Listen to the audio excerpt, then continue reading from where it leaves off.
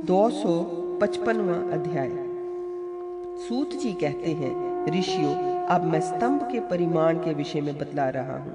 बुद्धिमान पुरुषों को चाहिए कि वे अपने ग्रह की ऊंचाई के मान को 7 से गुणा कर उसमें 80वें भाग के बराबर खंबे की मोटाई रखें। उसकी मोटाई में 9 से गुणा कर 80वें भाग के बराबर खंबे का मूल भाग रखना चाहिए। 4 कोण वाला स्तंभ रुचक, 8 कोण वाला वज्र, 16 कोण वाला द्विजर तथा 32 कोण वाला प्रलीनक कहा जाता है। मध्य प्रदेश में जो खंबा वृत्ताकार रहता है उसे वृत्त कहा गया है। ये 5 प्रकार के स्तंभ सभी प्रकार के वास्तु कार्य में प्रशंसनीय कहे गए हैं। ये सभी स्तंभ पद्म, वल्ली, लता, कुंभ, पत्र एवं दर्पण से चित्रित रहने चाहिए। इन कमलों तथा कुंभों में स्तंभ के 9वें अंश के बराबर अंतर रहना चाहिए। स्तंभ के बराबर ऊंचाई को तुला तथा उससे न्यून को उपतुला कहते हैं। मान के तृतीय या चतुर्थ भाग से हीन जो तुला है वही उपतुला है। ये उपतुला सभी भूमियों में रहती है। सभी वास गृहों में दाहिनी ओर प्रवेश द्वार रखना चाहिए। अब मैं ग्रह के जो प्रशस्त द्वार हैं उन्हें बतला रहा हूँ। पूर्व दिशा में इंद्र और जयंत द्वार सभी ग्रहों में श्रेष्ठ माने गए हैं। बुद्धिमान लोग दक्षिण द्वारों में याम्य और वितथ को श्रेष्ठ मानते हैं। पश्चिम द्वारों में पुष्पदंत और वरुण प्रशंसित हैं। उत्तर द्वारों में भल्लाट तथा सौम्य शुभदायक होते हैं। सभी वास्तुओं में द्वार वेद को बचाना चाहिए। गली, सड़क या मार्ग द्वारा द्वार वेद होने पर पूरे कुल का क्षय हो जाता है। वृक्ष के द्वारा वेद होने पर द्वेष की अधिकता होती है। कीचड़ से वेद होने पर शोक होता है और कूप द्वारा वेद होने पर अवश्य ही सदा के लिए मिर्गी का रोग होता है। नाभदान या जल प्रवाह से वेद होने पर व्यथा होती है।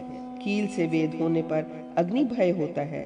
देवता से विद्ध होने पर विनाश तथा स्तंभ से विद्ध होने पर स्त्री द्वारा क्लेश की प्राप्ति होती है। एक घर से दूसरे घर में वेद पढ़ने पर गृहपति का विनाश होता है तथा अपवित्र द्रव्य आदि द्वारा वेद होने पर घर की स्वामिनी वंध्या हो जाती है। अंत्यज के घर के द्वारा वेद होने पर हथियार से भय प्राप्त होता है। गृह की ऊंचाई से दुगनी भूमि की दूरी पर वेद का दोष नहीं होता।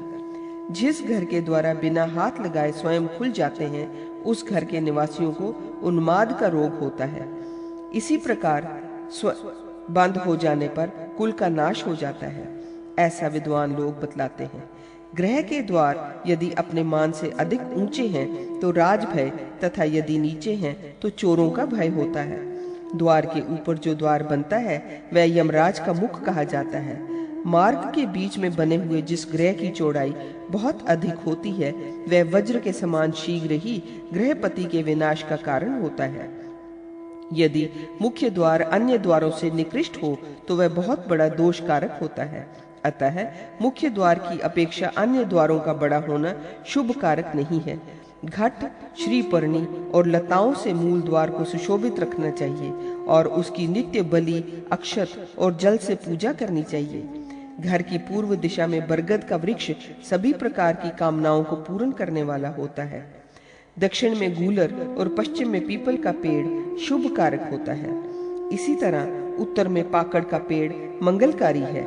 इससे विपरीत दिशा में रहने पर ये वृक्ष विपरीत फल देने वाले होते हैं। घर के समीप यदि कांटे या दूध वाले वृक्ष, असनाका वृक्ष एवं फलदार वृक्ष हों तो उनसे क्रमशः स्त्री और संतान की हानि होती है। यदि कोई उन्हें काट न सके तो उनके समीप अन्य शुभदायक वृक्षों को लगा दे।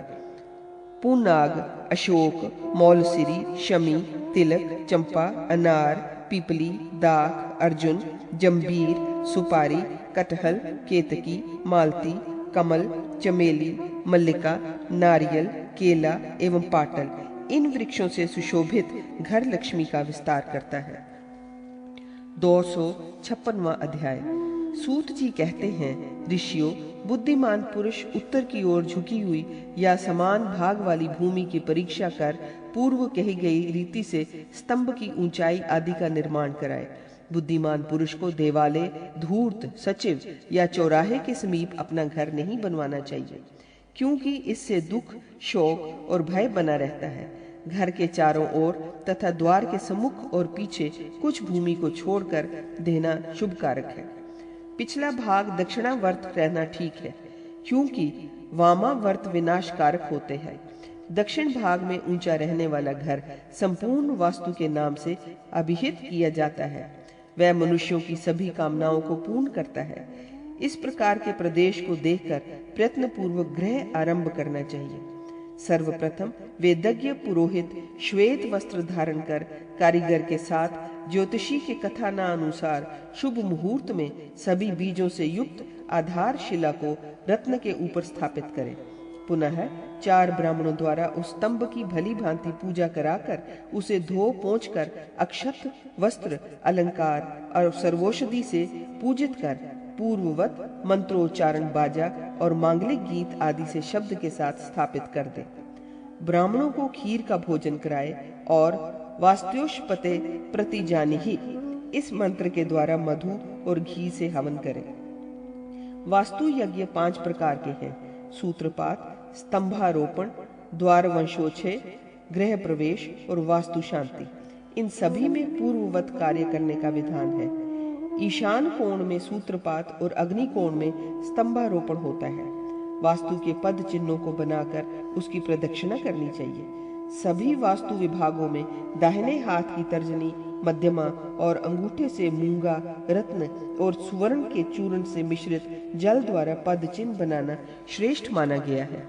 राख, अंगार, काष्ठ, नख, शास्त्र, चर्म, सींग, हड्डी, कपाल इन वस्तुओं द्वारा कहीं भी वास्तु के चिन्ह नहीं बनाना चाहिए, क्योंकि इनके द्वारा बनाया गया चिन्ह दुख, शोक और भय आदि उत्पन्न करता है। जिस समय गृह प्रवेश हो उस समय कारीगर का भी रहना उचित है। स्तंभारोपण और सूत्रपात के समय पूर्ववत शुभ एवं अशुभ फल देने वाले शुभ होते हैं। यदि ऐसे अवसरों पर कोई पक्षी सूर्य की ओर मुख कर कठोर वाणी बोलता है या उस समय गृहपति अपने शरीर के किसी अंग पर हाथ रखता है तो समझ लेना चाहिए कि वास्तु के उसी पर भय प्रदान करने वाली मनुष्य की हड्डी पड़ी हुई है। सूत्र अंकित कर देने के बाद यदि गृहपति अपने किसी अंग का स्पर्श करता है तो वास्तु को उसी अंग में हाथी, अश्व तथा कुत्ते की हड्डियां हैं। ऐसा बुद्धिमान पुरुष को समझ लेना चाहिए। सूत्र को फैलाते समय उसे श्रृंगाल या कुत्ता लांग जाता है और गधा अत्यंत भयंकर चीत्कार करता है तो ठीक उसी स्थान पर हड्डी जाननी चाहिए। यदि सूत्रपात के समय ईशान कोण में कौवा मीठे स्वर में बोलता हो तो वास्तु के उस भाग में या जहां गृहपति खड़ा है वहां धन है, ऐसा जानना चाहिए। सूत्रपात के समय यदि सूत्र टूट जाता है तो गृहपति की मृत्यु होती है। वास्तुवेता को ऐसा समझना चाहिए कि कील के नीचे की ओर झुक जाने पर व्याधि, अंगार दिखाई पड़ने पर उन्माद, कपाल दीख पड़ने पर भय और शंख या घोंघे की हड्डी मिलने पर कुलांगनाओं में व्यभिचार की संभावना रहती है। भवन निर्माण के समय कारीगर के पागल हो जाने पर गृहपति और घर का विनाश हो जाता है। स्थापित किए हुए स्तंभ या कुंभ के कंधे पर गिर जाने से गृहपति के सिर में रोग होता है तथा कलश की चोरी हो जाने पर समूचे कुल का विनाश हो जाता है। कुंभ के अपने स्थान से च्युत हो जाने पर गृह स्वामी की मृत्यु होती है तथा फूट जाने पर वह बंधन में पड़ता है, ऐसा पंडितों ने कहा है। गृहारंभ के समय हाथों की परिमाण संख्या नष्ट हो जाने पर गृहपति का नाश समझना चाहिए। बीज और औषधियों से विहीन होने पर भूतों से भय होता है। अतः विचारवान पुरुष प्रदक्षिण क्रम से अन्य स्तंभों की स्थापना करे, क्योंकि प्रदक्षिण क्रम के बिना स्थापित किए गए स्तंभ मनुष्यों के लिए लाभदायक होते हैं। स्तंभ के उपद्रवों का विनाश करने वाली रक्षा विधि भी यत्न पूर्वक संपन्न करनी चाहिए। इसके लिए स्तंभ के ऊपर फलों से युक्त वृक्ष की शाखा डाल देनी चाहिए।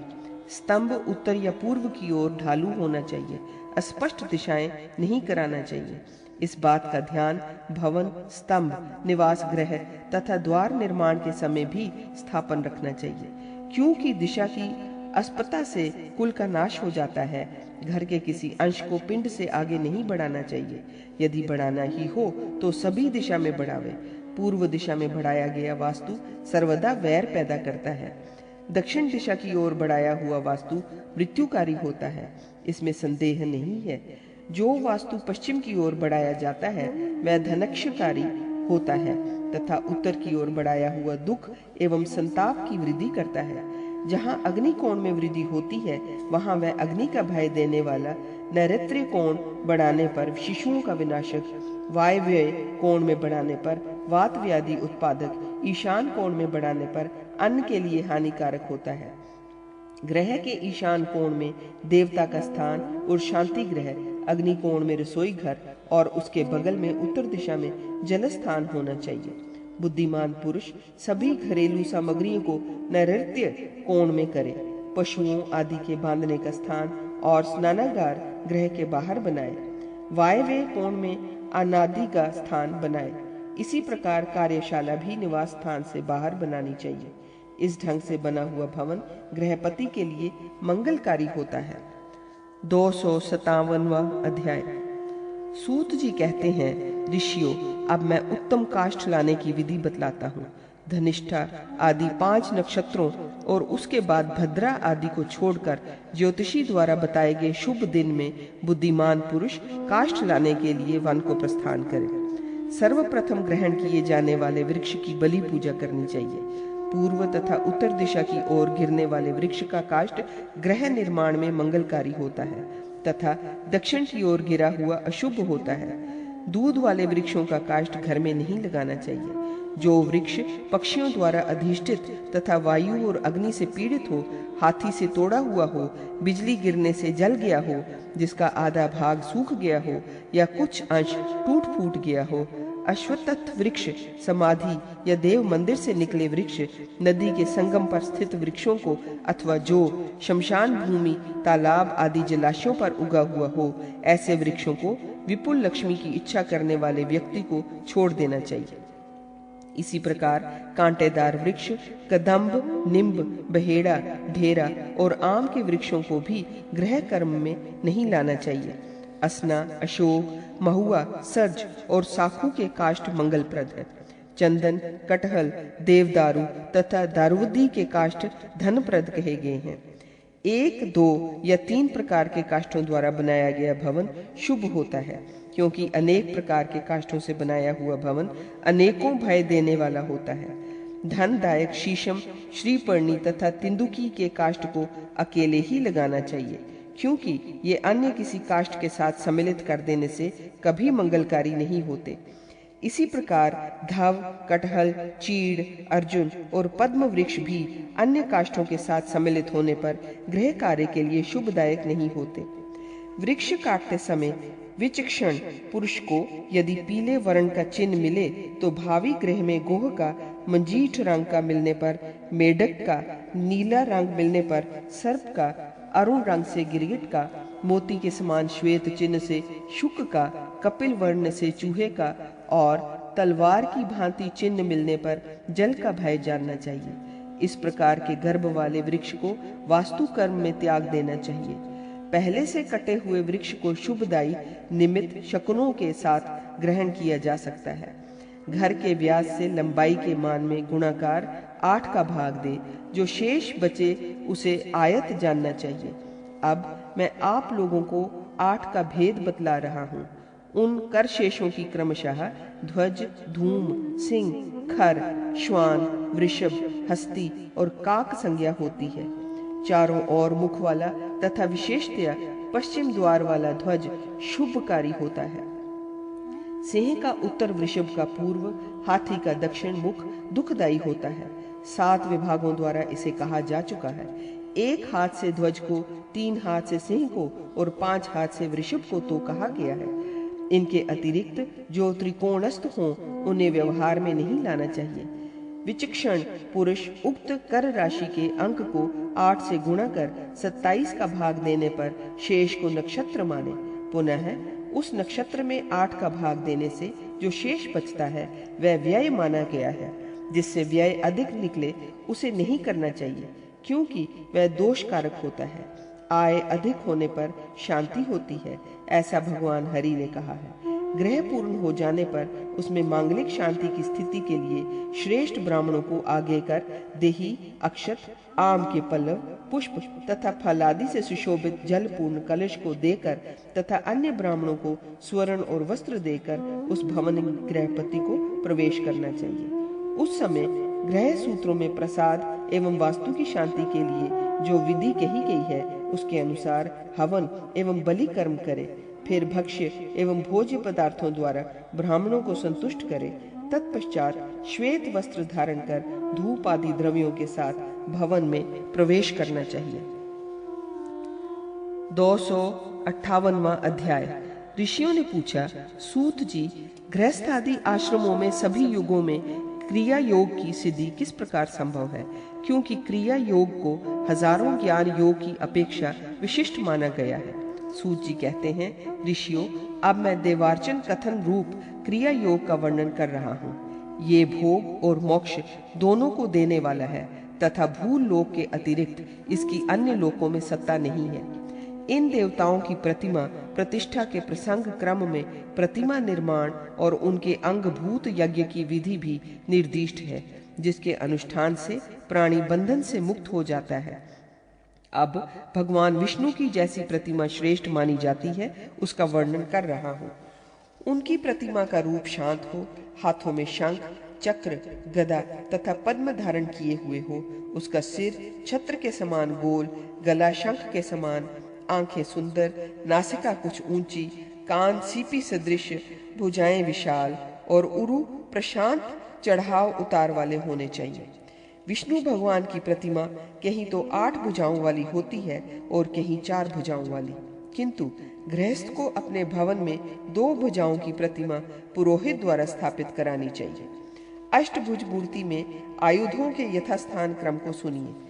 भगवान श्री हरि के दाहिने ओर के 4 हाथों में क्रमशः खड्ग, गदा, बाण और कमल तथा बाएं हाथ में क्रमशः धनुष, ढाल, शंख और चक्र स्थापित करना चाहिए।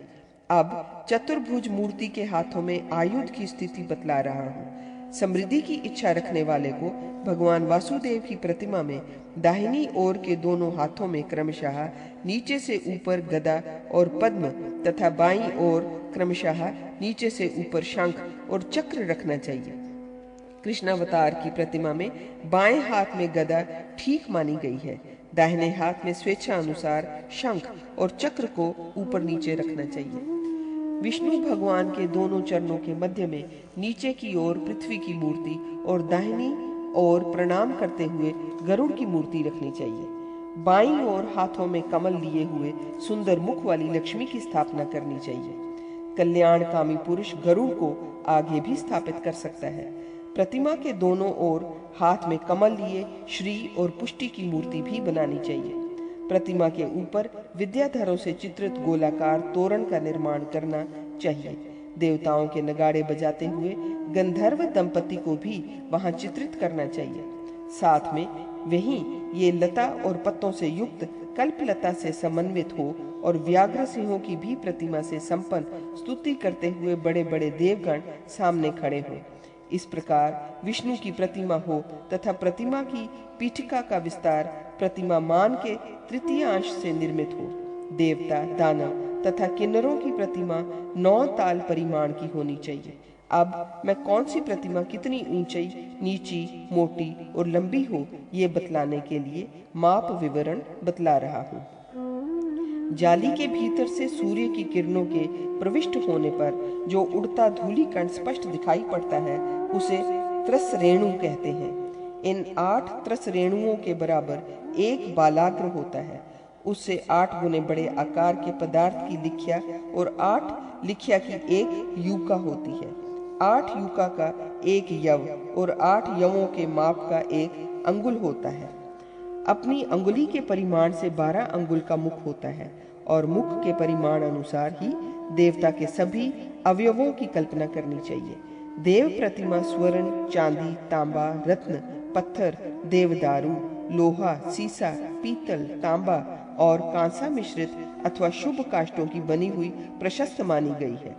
गृहस्थों के घरों में अंगूठे के एक पर्व से लेकर एक बीते प्रमाण पत्र ही प्रतिमा स्थापित करनी चाहिए।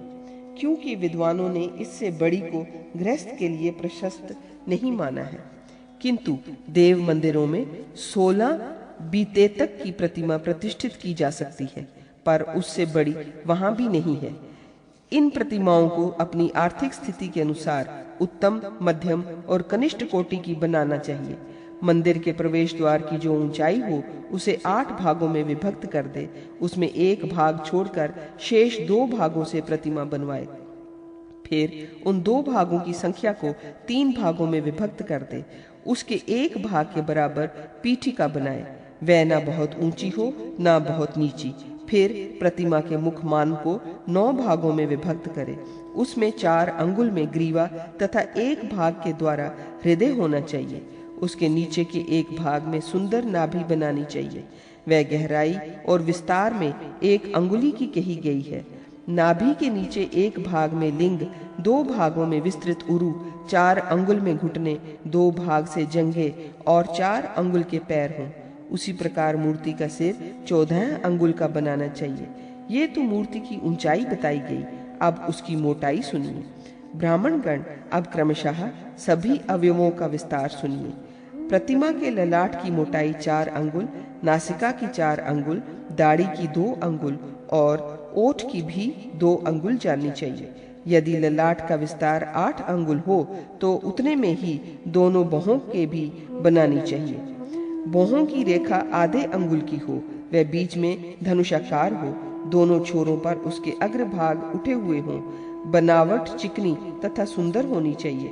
आंखों की लंबाई 2 अंगुल, चौड़ाई 1 अंगुल, उनके मध्य भाग में ऊंची रक्ताभ एवं शुभ लक्षणों से युक्त पुतलियां होनी चाहिए। तारका के आधे भाग से 5 गुनी दृष्टि बनानी चाहिए। दोनों बाहों के मध्य में 2 अंगुल का अंतर रखना चाहिए। नासिका का मूल भाग 1 अंगुल में रहे। इसी प्रकार नीचे की ओर झुकी हुई नासिका के अग्रभाग एवं दोनों पुटों को बनाना चाहिए। नासिका के पुटों के छिद्र आधे अंगुल के बताए गए हैं।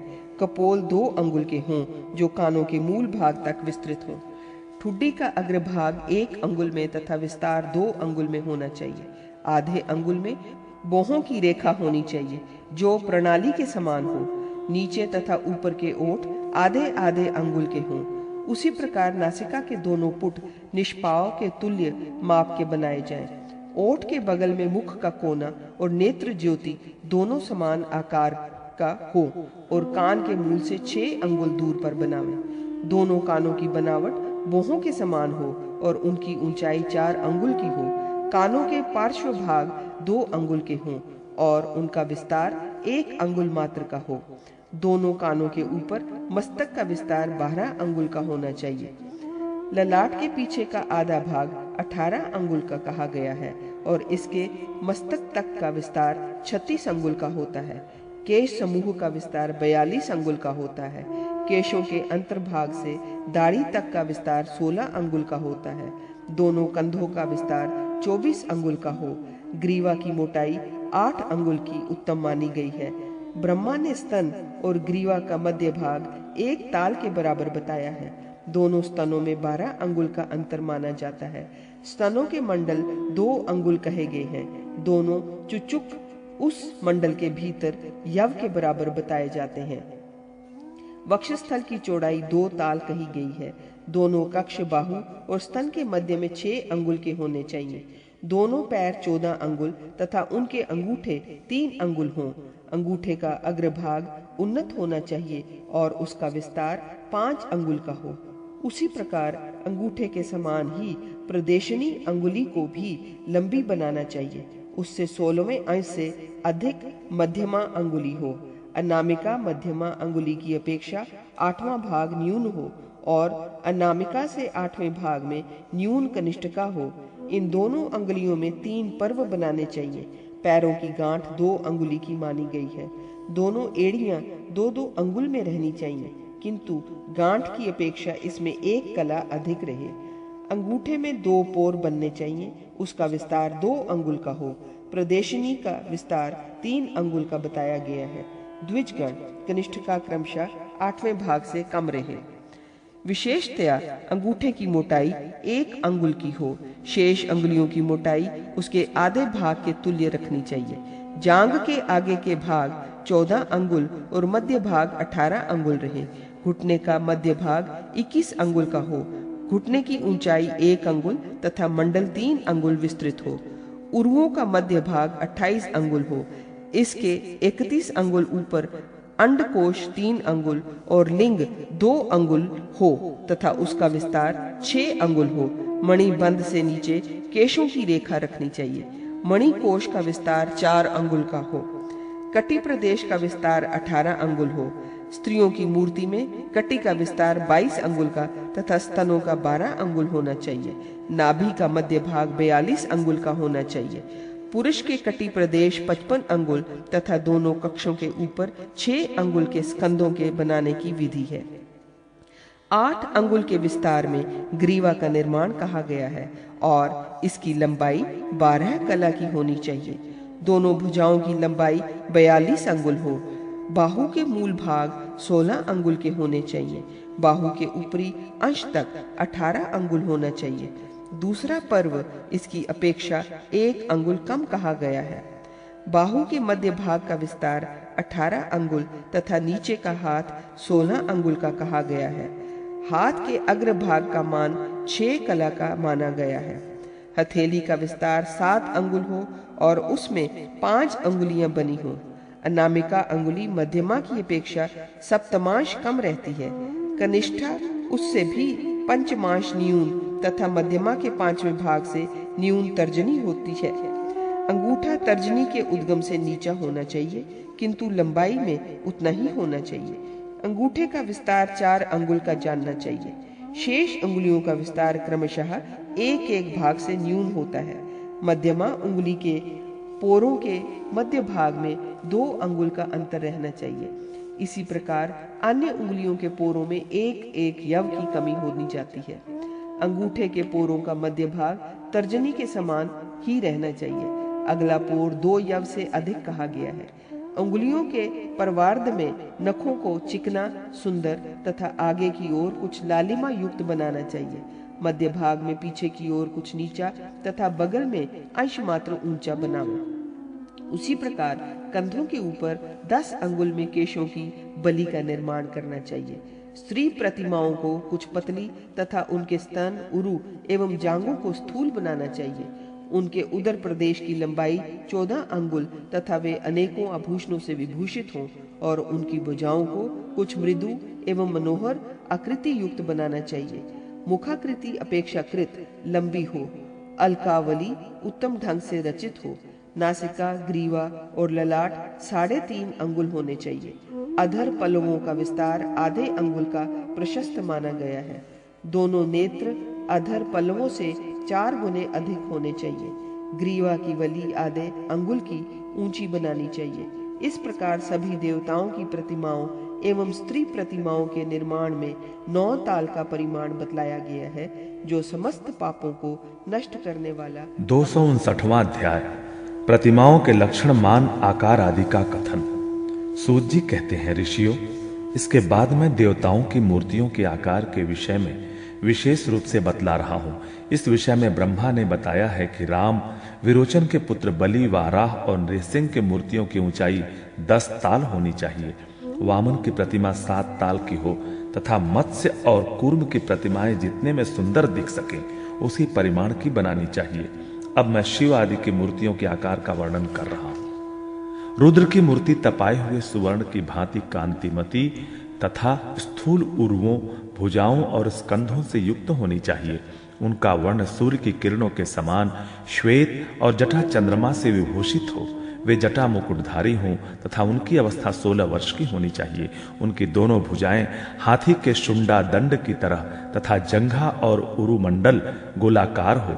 उनको केश ऊपर की ओर उठे हुए तथा नेत्र दीर्घ एवं चौड़े बनाए जाने चाहिए।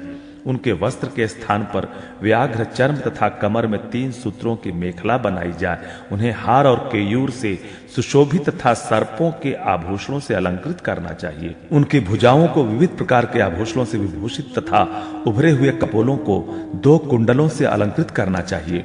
उनकी भुजाएं घुटने तक लंबी, मूर्ति सौम्य, परम सुंदर, बाएं हाथ में ढाल, दाहिने हाथ में तलवार, दाहिनी ओर शक्ति, दंड और त्रिशूल तथा बाईं ओर के हाथों में कपाल, नाग और खटवांग को रखना चाहिए।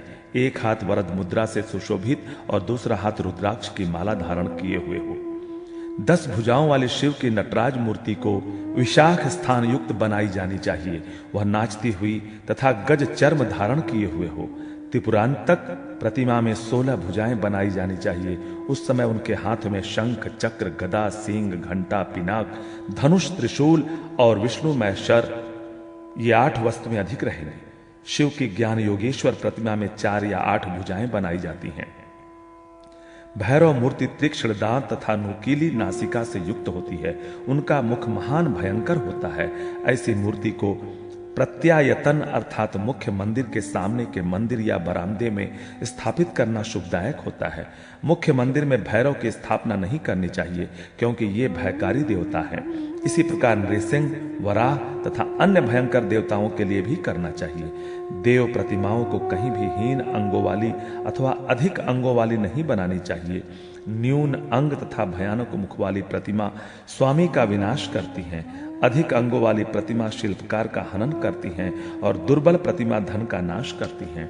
दुबले उदर वाली प्रतिमा दुर्भिक्ष प्रदा, कंकाल सरीखी, धन नाशिनी, टेढ़ी नासिका वाली, दुखदायिनी, सूक्ष्मांगी, भय पहुंचाने वाली, चिपटी दुख और शोक प्रदान करने वाली, नेत्रहीना, नेत्र की विनाशिका, मुख विहीना, दुखदायिनी तथा दुर्बल हाथ पैर वाली या अन्य किन्हीं अंगों से हीन अथवा विशेषकर जंघे से हीन प्रतिमा मनुष्यों के लिए भ्रम और उन्माद उत्पन्न करने वाली कही गई है।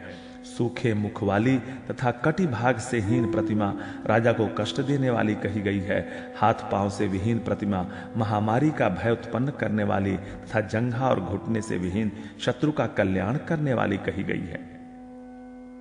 जो वक्षस्थल से विहीन होती है वह पुत्रों और मित्रों की विनाशिका तथा संपूर्ण अंगों से परिपूर्ण प्रतिमा सर्वदा आयु और लक्ष्मी प्रदान करने वाली कही गई है।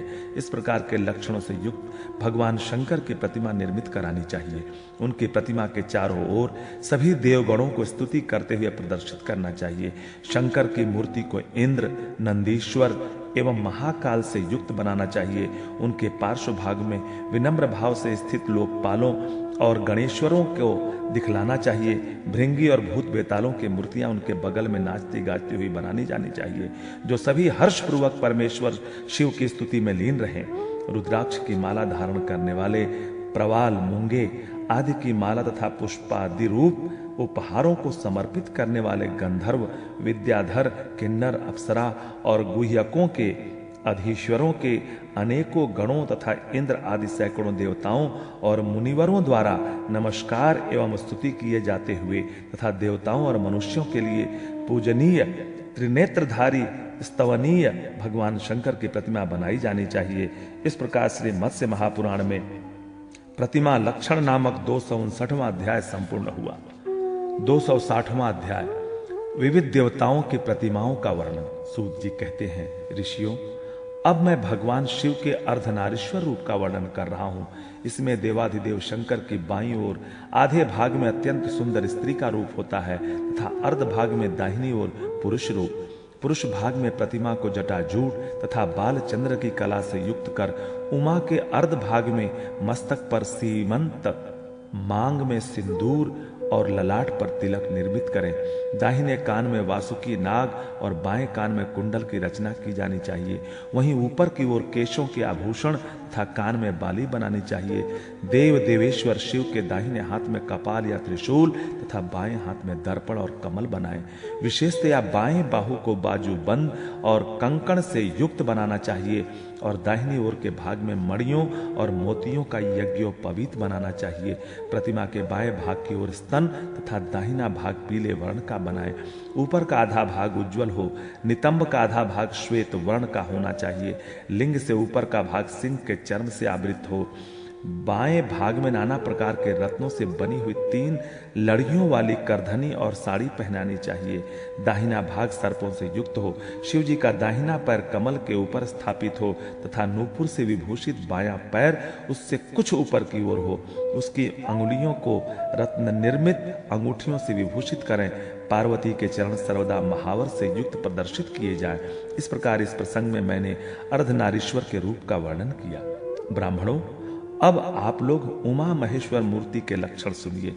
मैं उन दोनों की स्थिति का वर्णन कर रहा हूं। उमा महेश्वर की प्रतिमा मनोहर लीलाओं से युक्त हो। उसे जटाओं के भार और चंद्रमा से विभूषित 2 या 4 बाहुओं तथा 3 नेत्रों से युक्त बनाना चाहिए। उसमें भगवान शिव का एक हाथ उमा के कंधे पर विराजमान होना चाहिए। मूर्ति के दाहिने हाथ में कमल या शूल हो। बायां हाथ स्तन पर न्यस्त होना चाहिए। उसे विविध प्रकार के रत्नों से विभूषित, व्याघ्र चर्म से युक्त, सुंदर वेशों से सुसज्जित, मुखमंडल को अर्ध चंद्रमा से विभूषित तथा उचित रूप से प्रतिष्ठित करना चाहिए। उसके बाएं भाग में देवी की मूर्ति होगी, जिसके दोनों उरु भाग बाहुओं से छिपे रहेंगे। सिर के आभूषणों तथा अकाल वलियों द्वारा मुख भाग ललित हो और बालियों से कान तथा तिलक से ललाट शोभायमान हो रहा हो। कहीं कहीं कानों को अलंकृत करने के लिए मणि निर्मित कुंडल पहनाए जाते हैं। उसे हार और केयूर से सुसज्जित कर शिव जी के मुख का अवलोकन करने वाली बनावे। वे लीला पूर्वक देव शंकर के बाएं कंधे का स्पर्श कर रही हों तथा उनका दाहिना हाथ दाहिने भाग से बाहर की ओर बना हो, या किसी प्रतिमा में दाहिने कंधे अथवा कुक्ष भाग में नखों से स्पर्श कर रही हूं। बाएं हाथ से दर्पण अथवा सुंदर कमल रहना चाहिए। नितंब भाग पर 3 लड़ियों वाला कटिसूत्र लटकता रहना चाहिए। पार्वती के दोनों ओर जया विजया, स्वामी कार्तिकेय और गणेश को तथा तोरण द्वार पर गुह्यक गणों को प्रदर्शित करना चाहिए। उसी प्रकार वहां माला, विद्याधर और वीणा से सुशोभित अप्सराओं को बनाना चाहिए। समृद्धि कामी को उमापति शिव की प्रतिमा इस प्रकार की बनवानी चाहिए। अब मैं सभी पापों के विनाशक शिव नारायण की प्रतिमा की विधि बता रहा हूँ। इस प्रतिमा की बाईं ओर आधे भाग में भगवान विष्णु तथा दाहिनी ओर आधे भाग में शूल पाणी शिव को बनाना चाहिए। कृष्ण की दोनों भुजाएं मणि निर्मित केयूर से विभूषित होनी चाहिए। दोनों भुजाओं में शंख और चक्र धारण किए हों, शांत रूप हों तथा मनोहर अंगुलियां लाल वर्ण की हों। हाथ के निचले भाग में चक्र के स्थान में गदा भी देनी चाहिए। ऊपरी भाग में शंख, कटी भाग में उज्ज्वल आभूषण और पीतांबर धारण किए हुए हों तथा चरण मणि निर्मित नूपुरों से विभूषित हो। इसका दाहिना आधा भाग जटाभार तथा अर्धचंद्र से विभूषित होना चाहिए। दाहिने हाथ को वरद मुद्रा से युक्त तथा सर्पों के हार और कंकड़ से सुशोभित तथा दूसरे हाथ को त्रिशूल से विभूषित बनाना चाहिए। उसे सर्प के यज्ञोपवीत से युक्त और उसके कटी प्रदेश को गज चर्म से आच्छादित कर दें। चरण मणि और रत्नों से अलंकृत तथा नाग से विभूषित हों। इस प्रकार शिव नारायण के उत्तम स्वरूप की कल्पना करनी चाहिए। अब मैं महावराह का वर्णन कर रहा हूं। उनके हाथों में पद्म और गदा हो, उनके दाढ़ों के अर्ध भाग तीक्ष्ण हो, थुथुन वाला मुख हो, बाईं केहनी पर पृथ्वी हो, वह पृथ्वी दाढ़ के अग्र भाग पर रखी हुई कमल युक्त और शांत हो तथा उसका मुख विस्मय से उत्फुल्ल हो। ऐसी मूर्ति को ऊपर की ओर बनाना चाहिए। उस मूर्ति का दाहिना हाथ कटि प्रदेश पर हो, उनका एक पैर शेष नाग के मस्तक पर और दूसरा कूर्म पर स्थित हो तथा लोकपालगण चारों ओर से उनकी स्तुति कर रहे हों। ऐसी मूर्ति बनानी चाहिए। भगवान नृसिंह की प्रतिमा 8 भुजाओं से युक्त बनाई जानी चाहिए। उसी प्रकार उनका सिंहासन भी भयंकर हो, मुख और नेत्र फैले हुए हों, गर्दन के लंबे बाल कानों तक बिखरे हों तथा वे नख से दिति पुत्र हिरण्यकश्यपु को फाड़ रहे हों, जिसकी आंतें बाहर निकल गई हों, मुख से रुधिर गिर रहा हो, भ्रिकुटी, मुख और नेत्र विकराल हों। ऐसे दानवराज हिरण्यकशिपु की मूर्ति बनानी चाहिए। कहीं नृसिंह प्रतिमा युद्ध के उपकरणों से युक्त दैत्यों से युद्ध करती हुई बनाई जाती है और कहीं थके हुए दैत्य से बारंबार धमकाई जाती हुई बनानी चाहिए। वहां दैत्य को तलवार और ढाल धारण किए हुए प्रदर्शित करना चाहिए तथा देवेश्वरों द्वारा स्तुति किए जाते हुए विष्णु को दिखाना चाहिए। अब मैं वामन का वर्णन कर रहा हूँ। वे ब्रह्मांड को नापने के लिए तत्पर दिखते हों। उनके चरणों के समीप में ऊपर की ओर बाहु का निर्माण करें। उसके नीचे की ओर बाएं हाथ में कमंडलू धारण किए हुए वामन की रचना करें।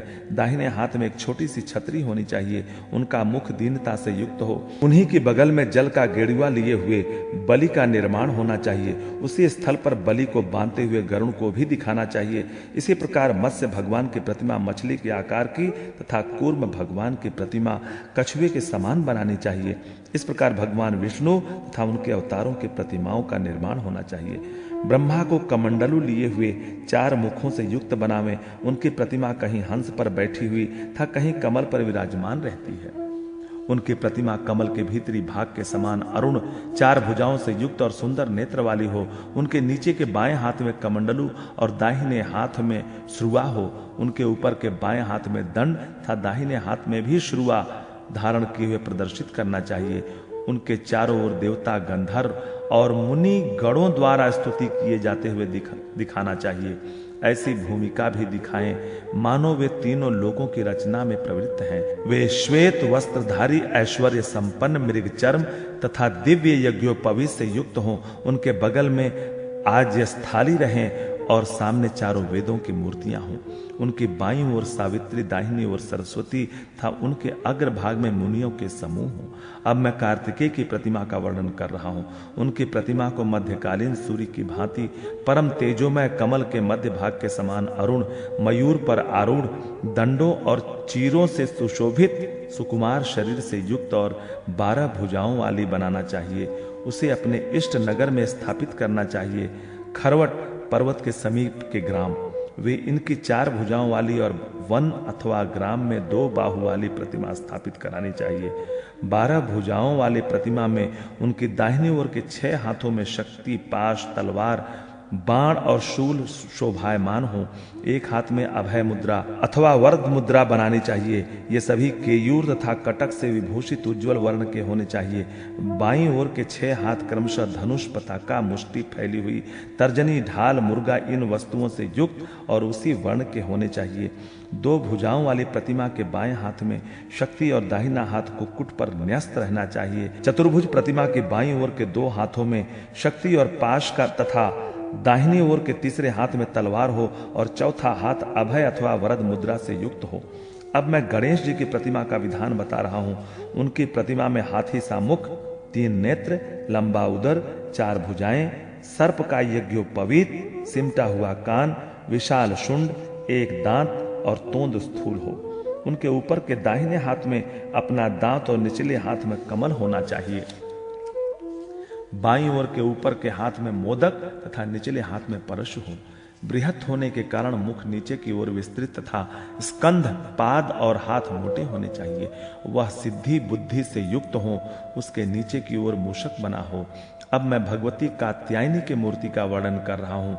वह 10 भुजाओं से युक्त, तीनों देवताओं की आकृतियों का अनुकरण करने वाली, जटा जूट से विभूषित, सिर पर अर्धचंद्र से सुशोभित, 3 नेत्रों से युक्त, पूर्ण चंद्र के समान मुख वाली, अलसी पुष्प के समान नील वर्णा, तेजोमय सुंदर नेत्रों से विभूषित, नवयौवन संपन्ना, सभी आभूषणों से विभूषित, अत्यंत सुंदर दांतों से युक्त, स्थूल एवं उन्नत स्तनों वाली, त्रिभंगी रूप से स्थित, महिषासुर नाशिनी आदि चिन्हों से युक्त हो। दाहिने हाथों में क्रमशः ऊपर से नीचे की ओर त्रिशूल, खड्ग, चक्र, तीक्ष्ण बाण और शक्ति तथा बाएं हाथों में ढाल, धनुष, पाश, अंकुश, घंटा अथवा परशु धारण कराना चाहिए। प्रतिमा के नीचे सिर रहित महिषासुर को प्रदर्शित करना चाहिए। वह दानव सिर कटने पर शरीर से निकलता हुआ दिख पड़े तथा हाथ में खड्ग, हृदय, शूल से विदीर्ण और बाहर निकलती हुई अतड़ियों से विभूषित हो। वह रक्त से लथपथ शरीर वाला, विस्फारित लाल नेत्रों से युक्त, नागपाश से परिवेष्टित, टेढ़े भ्रिकुटी के कारण भीषण मुखाकृति और दुर्गा द्वारा पाशयुक्त बाएं हाथ से पकड़ा गया केश वाला हो। देवी के सिंह को मुख से रक्त उगलते हुए प्रदर्शित करना चाहिए। देवी का दाहिना पैर सिंह के ऊपर समान रूप से स्थित हो तथा बायां कुछ ऊपर की ओर उठा हो। उसका अंगूठा महिषासुर पर लगा हुआ हो। उनकी प्रतिमा को देवगणों द्वारा स्तुति किए जाते हुए दिखाना चाहिए। यहाँ से अष्ट दिक्पाल या लोकपालों की प्रतिमा का वर्णन है।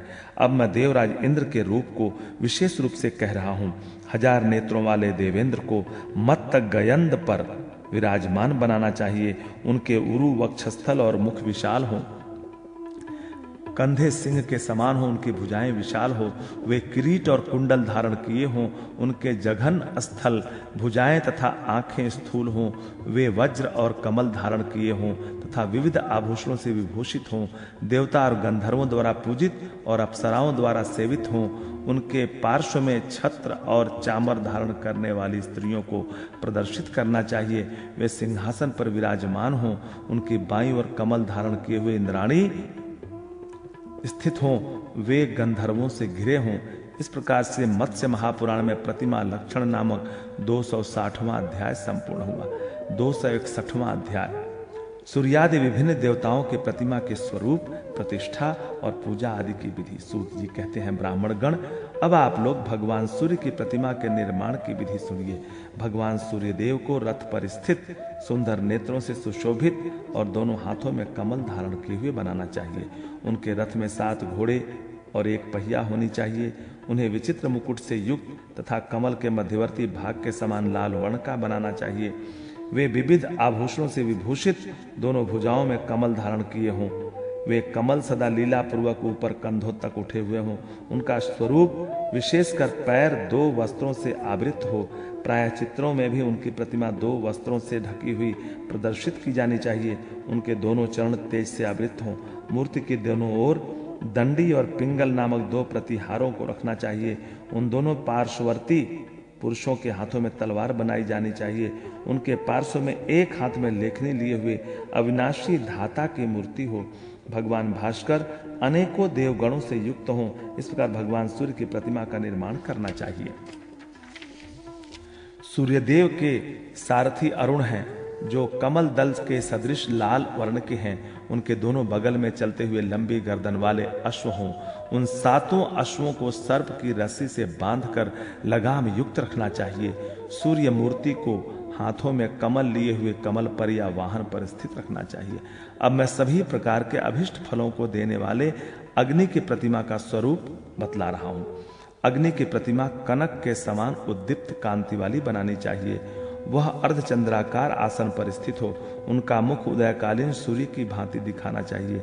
अग्निदेव को यज्ञोपवीत तथा लंबी दाढ़ी से युक्त बनाना चाहिए। उनके बाएं हाथ में कमंडलू और दाहिने हाथ में रुद्राक्ष की माला हो। उनका वाहन बकरा ज्वाला मंडल से विभूषित और उज्जवल होना चाहिए। मस्तक पर या मुख में 7 जिह्वा रूपिणी ज्वालाओं से युक्त इस प्रतिमा को देव मंदिर अथवा अग्निकुंड के मध्य में स्थापित करना चाहिए। अब मैं यमराज की प्रतिमा के निर्माण की विधि बतला रहा हूँ। उनके शरीर का रंग काले अंजन के समान हो। वे दंड और पाश धारण करने वाले ऐश्वर्य युक्त और विशाल महिष पर आरूढ़ हों अथवा सिंहासन नासीन हों। उनके नेत्र प्रदीप्त अग्नि के समान हों। उनके चारों ओर महिष, चित्रगुप्त, विकराल, अनुचर वर्ग, मनोहर आकृति वाले देवताओं तथा विकृत असुरों की प्रतिमाओं को भी प्रदर्शित करना चाहिए। अब मैं लोकपाल राक्षसेंद्र निरृति की प्रतिमा के निर्माण विधि बतला रहा हूँ। वे मनुष्य पर आरूढ़ विशालकाय राक्षस समूहों से घिरे हुए और हाथ में तलवार लिए हुए हों। उनका वर्ण अत्यंत नील और कज्जलगिरी के समान दिखाई पड़ता हो। उन्हें पालकी पर सवार और पीले आभूषणों से विभूषित बनाना चाहिए। अब मैं महाबली वरुण की प्रतिमा का वर्णन कर रहा हूँ। वे हाथ में पाश धारण किए हुए स्फटिक मणि और शंख से समान श्वेत कांति से युक्त उज्ज्वल हार और वस्त्र से विभूषित झष बड़ी मछली पर आसीन, शांत मुद्रा से संपन्न तथा बावजूद और किरीट से सुशोभित हों। अब मैं वासुदेव की प्रतिमा का स्वरूप बतला रहा हूँ। उन्हें धूम्र वर्ण से युक्त, मृग पर आसीन, चित्र विचित्र वस्त्रधारी, शांत युवावस्था से संपन्न, तिरछी भावों से युक्त, वरद मुद्रा और ध्वज पताका से विभूषित बनाना चाहिए। अब मैं कुबेर की प्रतिमा का वर्णन कर रहा हूँ। वे 2 कुंडलों से अलंकृत, तोंदयुक्त, विशालकाय, 8 निधियों से संयुक्त, बहुतेरे गुह्यकों से घिरे हुए, धन व्यय करने के लिए उद्यत, करों से युक्त, केयूर और हार से विभूषित, श्वेत वस्त्रधारी, वरद मुद्रा, गदा और मुकुट से विभूषित तथा पालकी पर सवार हो। इस प्रकार उनकी प्रतिमा निर्मित करानी चाहिए। अब मैं सामर्थ्यशाली ईशान देव की प्रतिमा का वर्णन कर रहा हूँ। उनके शरीर की कांति तथा नेत्र श्वेत हों, वे सामर्थ्यशाली देव 3 नेत्रों से युक्त तथा हाथ में त्रिशूल लिए हुए वृषभ पर आरूढ़ हों।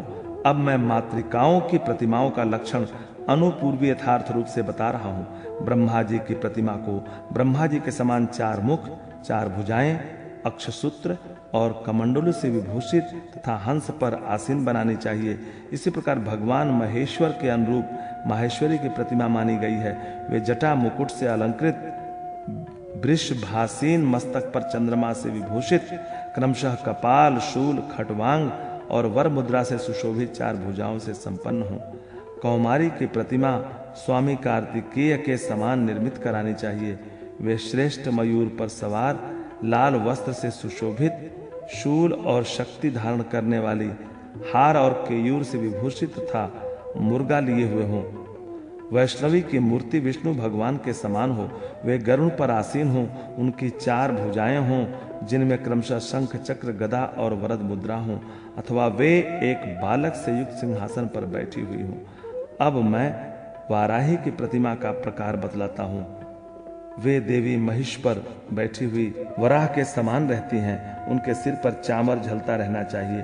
वे हाथों में गदा और चक्र लिए हुए बड़े बड़े दानवों के विनाश के लिए सन्नद्ध रहती हैं। इंद्राणी को इंद्र के समान वज्र, शूल, गदा धारण किए हुए हाथी पर विराजमान बनाना चाहिए।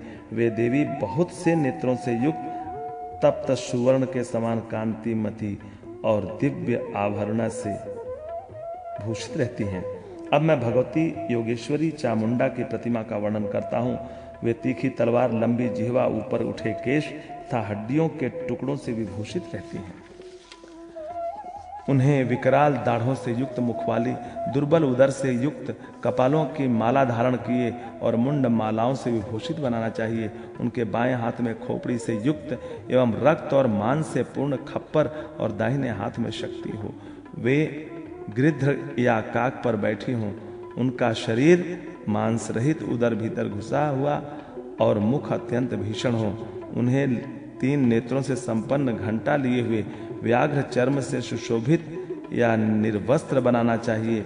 उसी प्रकार कालिका को कपाल धारण किए हुए गधे पर सवार बनाना चाहिए। वे लाल पुष्पों के आभरणों से विभूषित तथा झाड़ू की ध्वजा से युक्त हों। इन मातृकाओं के समीप सर्वदा गणेश की प्रतिमा भी रखनी चाहिए तथा मातृकाओं के आगे जटाधारी, हाथों में वीणा और त्रिशूल लिए हुए वृषभारूढ़ भगवान वीरेश्वर को स्थापित करना चाहिए। अब मैं लक्ष्मी की प्रतिमा का प्रकार बतला रहा हूँ। वे नवीन अवस्था में स्थित, नव यौवन संपन्न, उन्नत कपोल से युक्त, लाल होष्ठों वाली, तिरछी भौहों से युक्त तथा मणि निर्मित कुंडलों से विभूषित हो। उनका मुखमंडल सुंदर और सिर सिंदूर भरे मांग से विभूषित हो। वे पद्म, स्वस्तिक और शंख से तथा घुंघराले बालों से सुशोभित हों। उनके शरीर में चोली बंधी हो और दोनों भुजाएं हाथी के सुंडा दंड की भांति स्थूल तथा केयूर और कंकड़ से विभूषित हों। उनके बाएं हाथ में कमल और दाहिने हाथ में श्रीफल होना चाहिए। उनकी शरीर कांति तपाए हुए स्वर्ण के समान गौर वर्ण की हो। वे करधनी से विभूषित, विविध आभूषणों से संपन्न तथा सुंदर साड़ी से सुसज्जित हों। उनके पार्श्व में चंवर धारण करने वाली स्त्रियों की प्रतिमाएं निर्मित करनी चाहिए। वे पद्म सिंहासन पर पद्मासन से स्थित हों। उन्हें 2 हाथी सुंड में गड़ुए लिए हुए लगातार स्नान करा रहे हों तथा 2 अन्य हाथी भी उन पर घट द्वारा जल छोड़ रहे हों। उस समय लोकेश्वरों, गंधर्वों और यक्षों द्वारा उनकी स्तुति की जा रही हो। इसी प्रकार यक्षिणी की प्रतिमा सिद्धों तथा असुरों द्वारा सेवित बनानी चाहिए। उसके दोनों ओर 2 कलश और तोरण में देवताओं, दानवों और नागों की प्रतिमा रखनी चाहिए जो खड्ग और ढाल धारण किए हुए हो। नीचे की ओर उन नागों का प्राकृतिक शरीर और नाभि से ऊपर मनुष्य की आकृति रहनी चाहिए। सिर पर बराबरी से दिखाई पड़ने वाले 2 जिह्वाओं से युक्त बहुत से फण बनाने चाहिए। पिशाच, राक्षस, भूत और बेताल जातियों के लोगों को भी बनाना चाहिए। वे सभी मांस रहित, विकृत रूप वाले और भयंकर हो। क्षेत्रपाल की प्रतिमा जटाओं से युक्त, विकृत मुख वाली, नग्न, श्रृंगालों और कुत्तों से सेवित बनानी चाहिए। उसका सिर केशों से आच्छादित हो। उसके बाएं हाथ में कपाल और दाहिने हाथ में असुर विनाशिनी शक्ति होनी चाहिए। अब इसके बाद मैं 2 भुजाओं वाले कामदेव की प्रतिमा का वर्णन कर रहा हूं। उनकी एक और अश्वमुख मकरध्वज की रचना करनी चाहिए। उसके दाहिने हाथ में पुष्प बाण और बाएं हाथ में पुष्पमय धनुष होना चाहिए। उनकी दाहिनी ओर भोजन की सामग्रियों से युक्त प्रीति की तथा बाईं ओर रति की प्रतिमा शय्यासन एवं सारस पक्षी से युक्त होनी चाहिए। उनके बगल में वस्त्र, नगाड़ा तथा कामलोलुप गधा होना चाहिए। प्रतिमा के एक बगल में जल से पूर्ण बावली तथा नंदन वन हो। इस तरह ऐश्वर्यशाली कामदेव को परम सुंदर बनाना चाहिए। प्रतिमा की मुद्रा कुछ वक्र, कुछ विस्मय युक्त और कुछ मुस्कुराती हुई हो। ब्राह्मणों, मैंने संक्षेप में यह प्रतिमाओं का लक्षण बतलाया है। इनका विस्तार पूर्वक वर्णन तो बृहस्पति भी नहीं कर सकते। इस प्रकार श्री मत्स्य महापुराण में देवता चानुकीर्तन प्रसंग में प्रतिमा लक्षण नामक 261वां अध्याय संपूर्ण हुआ।